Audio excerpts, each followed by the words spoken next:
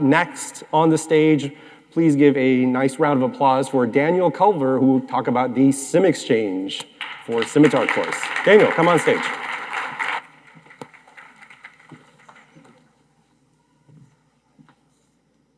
Room's a lot thinner than it was when I was sitting here a few minutes ago. So thank you, everybody. And I'll be talking about SymXchange. It's our API layer connection for the Symitar engagement layer, if I'm not supposed to say core anymore. So it's our engagement layer with Symitar. So I'll stand here because I have a lot of white space on this slide. So I'm Daniel Culver. I'm the software engineering manager at Symitar in the credit union solutions area. I've been with Jack Henry actually for 24 years. Today is actually my 24th anniversary. So, yes. So I started in client support, worked through implementations and all the teams. So yeah, Jack Henry's a great company. I think Lee and a few others mentioned how amazing Jack Henry is an employer, and this is the place I've been for more than half my life, and where I expect to land or to end my career as well. So for today, we will be going over what is SymXchange. We'll also go over what services are available, security components, how SymXchange a little bit, because the next presentation will discuss that as well. We'll talk a little bit about the differences between SymXchange and JExchange and their implementation. And then if you haven't done any development with SymXchange or Symitar before, those places that you can get started. So I did want to start, because I don't know that everyone here is familiar with the term Symitar as a component of SymXchange. So Symitar is the core processing or the engagement layer for credit unions, and it was originally not only our company name, but our product name. And then at some point, after Jack Henry acquired some additional credit union solutions, we ended up changing that to a brand name. So we were actually Epicus for a little while. So for those that have been around long enough, we were Epicus, changed back to SymXchange, or changed back to Symitar. So that's why we have SymXchange as our name of our product. And I'm sorry. And I'm sorry, I've stepped a little fast through this, so I needed to look back here. SymXchange is our API layer that again exposes the core in such a way that you really have access to all of the database files that are in there. You have access to everything from at a record structure level. You can get to not only records, be able to perform transactions, and then we also have services for performing some search functions, moving files. So we've got a lot of different options within the API and things that we open up and enable that way. SymXchange is a SOAP XML interface, so that's we have different vendors who have integrated differently. So some have put a REST layer on top of it, but in its current form, SymXchange is SOAP, and that's what you'll see is we talk a little bit further in the presentation, and you start seeing some of the some references to Jack Henry .dev and the information there. Again, just kind of explaining where we're going and what we're doing with that. Jumping into the types of services we have. So the first one I talked about was the record level access, which is CRUD. So for CRUD, we have the ability to, with CRUD, we have the access to all the records structured within Symitar. You can, whether you're doing account opening, whether you're need to create create debit cards, create credit cards, whether you're doing account file maintenance, updating an address, all of those features and capabilities are available through our CRUD services. And while we may not have as many functions around doing those changes, we don't necessarily have an address change service. We do give you all of the tools and access to all the records that you need to be able to build a service, for example, that does address updates, and you can fine tune it for what your customers need because, as you know, probably not one credit union has the system implemented in the exact same way. And when someone says, you know, I need to place a hold, or I need to do an address update, or I need to open a credit card, all of those business processes are different, and you need to have, and SymXchange gives you that fine-grained control to be able to customize your product to meet those customers' needs without necessarily being bound by a bunch of pre-built functions driven by parameter. So, SymXchange is very powerful in that way, is that you have that record level control. We do have a full suite for performing transactions. So we have the ability to simulate any of the activities you need to do for home banking or online banking, loan origination, loan advances. We have many customers and vendors that have built ITM, interactive teller machine solutions. You really can build a full suite. You can replace replicate a teller line activity. All of those functions can be built with the services we have today. It was mentioned for general ledger access, for example, we can do GL to GL transactions. So any of the things that the back office needs to do or front office needs to do or what you need through your mobile channels, we have the ability to process those through our transactions service. And then very powerful, but I know one we don't talk about as much as we used to, is our Power On service. So Power On, formerly known as RepWriter or RepWriter spec files, is the Power On service allows you to run all of the, within SymXchange, you can reuse all of the solutions. If you've been on our core for a while and you had solutions on our older SymConnect API, those can all be reused using the Power On service. There's different access patterns and business logic you can build in Power On that aren't automatically available through our other services like CRUD and transaction. So through Power On, you can do account file maintenance, you can do reads, you can do account searches, you can do complex changes too. Like you can do an address change that affects multiple records. You can perform a transaction and modify, you do a loan advance and change other records within the system. So whereas with the CRUD and transaction services, you'll need to build out a little bit more about what fields I need to affect, and you'll have to handle that all within your API. You could also do the same things in a Power On and be able to make those changes and perform those transactions or activities. Power On does have the ability to not only read data, but it can do account file maintenance, it can do file maintenance, and it can do transactions as well. So it's very flexible and gives gives vendors a lot of options within to work within the credit union space. I did mention it a little bit earlier. It's not specific on the slide. We do have additional services that are very helpful. We have a find by service that lets you look up account information using a name or a social security number. There's a handful of different ways you can find account information that way. We also have a file management service so that if you need to push or pull files as part of your business process, those can be moved along and moved around as well. And one of the patterns, skipping ahead a little bit, one of the patterns we have a problem with or can be challenging with SymXchange is that it is really designed around, or most of our services are around single interaction. It wasn't really built around the idea that you're gonna, for example, do a batch extract of the database using SymXchange. That's actually a bad pattern we occasionally see from some vendors and credit unions, is to have SymXchange execute a Power On and read every account in the database and produce a report. It's very slow, and the service isn't built around supporting that kind of activity. But what we do recommend, or you can do, is use our batch job service, which allows you to run batch processing. And you can use that batch processing, which frees up SymXchange to continue processing requests, allow that long-running batch process to run, produce your extract, and then we have a file management service that would let you move the files off. So SymXchange is very flexible. you do need it, there are some patterns, and this is where, again, some of the educational material we'll talk about a little bit later on.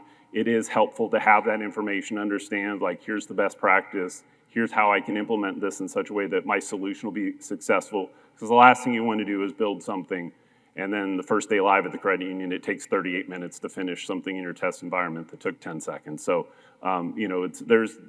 there are some best practices and rules that are wise to stay within to have an optimal experience. And we do also, and I also mentioned this one that isn't talked about as much, is we do actually have a positive pay integration. It's formerly with ACH Alerts. I think that's Alchemy now, but we do have a positive pay integration option in our API as well. So that's another thing that I know people are looking for as we talk about fraud and fraud prevention. While it's not AI, it does allow you to be able to validate deposit items. So that's another service that people can take advantage of. I did also want to talk here, and again, this is more towards someone who's already done implementation with the SymXchange services, is that when we originally rolled out SymXchange, we had a new WSDL version published with each release. So when SymXchange came out, it was version 1. I think it was maybe 18 months later, version 2. And then we started releasing a new WSDL version every release, I believe, starting in 2018. So we quickly built out to 8 or 9 supported WSDL versions. And while they didn't all have breaking changes, you would have to then do some development with each new release to be compliant with that, with the changes that we made. And we knew that was getting very difficult for vendors and credit unions to keep up with. You don't want to build an interface and have to go back to it every 24 months to update it. So we rolled out what we call the persistent endpoint, which is similar to JExchange in that we no longer have versioned WSDLs, but instead moved to versioning the fields and records within the service. So that was a nice improvement they were able to implement several releases ago, and it makes maintaining interfaces with SymXchange a lot easier than it used to be. I'm going to switch over to a little bit about SymXchange security. So SymXchange does not run in the cloud or does not run on a central gateway. SymXchange runs on each FI's each FI's server where the Symitar application's running. So whether you're in one of our hosted vendors or what we call on-prem, that's actually where the SymXchange web service application is running. So we do have a little bit different model for connecting to each credit union will be potentially a little bit different. What hardware you'll be connecting through with JExchange, you'd have with the central gateway, you would have a specific set of IPs that you'd be connecting to and going through the Jack Henry network. Traffic would be routed through companies' JConnect routers. We don't have that with SymXchange. If you're in our Ease data or Symitar hosted data center, then I think things are a little more streamlined and simplified. You have one data center that you're connecting to, and then you can connect to all of the FI's SymXchange instances within them. But like I said, if you're on-prem, there are some things you're going to have to navigate networks a little bit differently with SymXchange than you would have with JExchange. Just wanted to call that out here. We have HTTPS secure communication, of course. I don't want to put it on the slide. We also can run on HTTP, which we don't ever recommend someone use unless they're doing it for internal testing. But we do have obviously HTTPS secure communication. We do support mutual authentication, and then beyond the certificate security, we have the ability to. We have credentials that are shared between that the connecting application needs to have. So there's several pieces of information that's required to connect, and then to execute specific operations within SymXchange. We have, which is either identifying the user or the service itself. We have SAML. We can support the Symitar username and password. We have the ability to do home banking user, and then admin credential or secret password. is another option we have. There are more there's more available than listed here, but they tend to be those that we brought over from our old interface SymConnect, and we don't really, I don't recommend those be used. We brought them over because it was kind of convenient at the time, but now, for example, the presence of a lookup record on an account can be used as an authentication method. Doesn't really make sense. So again, these are the ones that are best used, and we suggest people implement with any new SymXchange implementation. So I mentioned a few things, but in this slide's not exhaustive, so I'll talk a little bit more than what's on here. So SymXchange and JExchange are not the same. There was a point in 2012 or 2013 where there was a discussion about trying to build one API to rule them all, and we would just have JExchange. Unfortunately, there was enough differences with the Symitar database that it wasn't a one-to-one. The data mapping was very complex and difficult to be able to support all of the record structures in Symitar through one API. So we did diverge there, and we have two APIs. So we have SymXchange and JExchange, and Mike will be talking about SymXchange or JExchange next. The big difference is that if you've done development on JExchange before and you're switching over to do development on SymXchange is account-centric. JExchange is customer-centric. So everything that, aside from using a power on to maybe create a different feel within your API, you're going to be working through our account hierarchy for information, which our account hierarchy is relatively easy to do, but you do need to understand there isn't like one method to say this person or this member is, this information represents, the entire entity. So member centricity is a little more, is handled differently in SymXchange. And again, if you're getting started and you're trying to building an application and you want to be able to make sure you have that, 360 customer view, again, you'll need to attack that differently with SymXchange than you would with JExchange. I talked about it a little bit a moment ago. I'll talk about it a little bit more here. So JExchange has a central gateway where communication can go through, and SymXchange doesn't.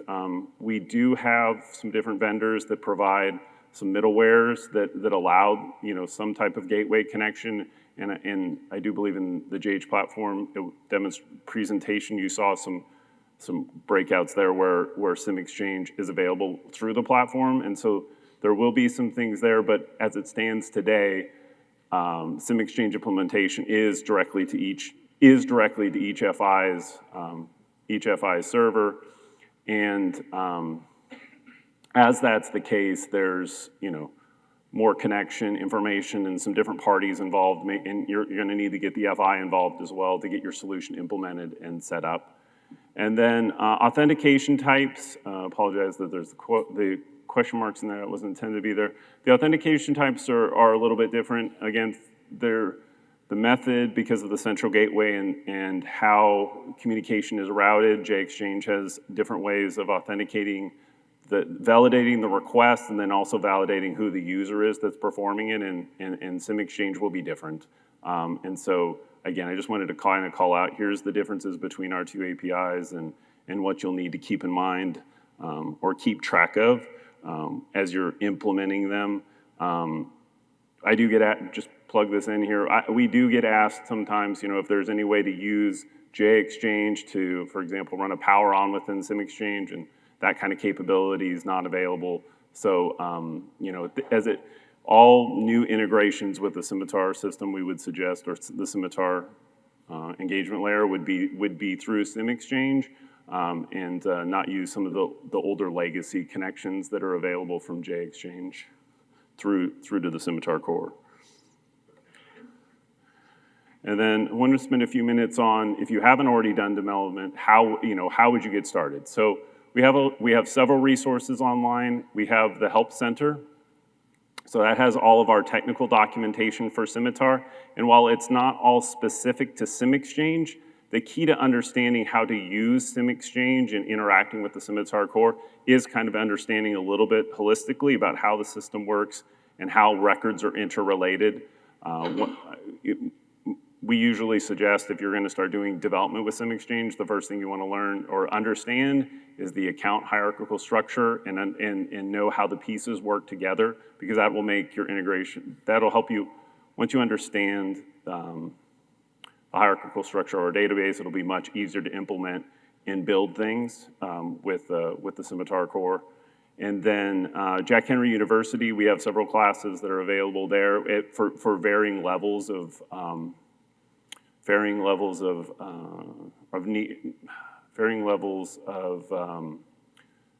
implementing the application. So we have information or information and training on how to deploy SymXchange with parameters and settings. And then we also have courses on how to develop to and best implement with SymXchange. And then we have Jack Henry Dev. Some of the resources overlap, and I think the end state is to get all of the information into Jack Henry Dev is really like where it will all live eventually. But these three places are still an important place to look. And I did want to spend a few minutes talking about, we have, there is a document on Jack Henry Dev for best practices for SymXchange. Those would be the two places I would start is understanding the Symitar account structure and reviewing those best practices. There are some things within SymXchange that we have not fully built speed bumps around, and there's some patterns that can cause you problems that if you know those up front, will save, improve your end user experience, improve your ease the adoption of your product, and just kind of head off a lot of the issues with the implementation. So I definitely take a look at the best practices and go through that and understand, kind of the pain points there and how you can best implement your application so that. Again, so to improve engagement, improve user experience, and just allow for the adoption of your product. I believe I'm wrapping into my last slide here, so I'm going into questions, which I don't know that we're actually doing. So I do appreciate everyone's time, and thank you so much today. 5 minutes to go.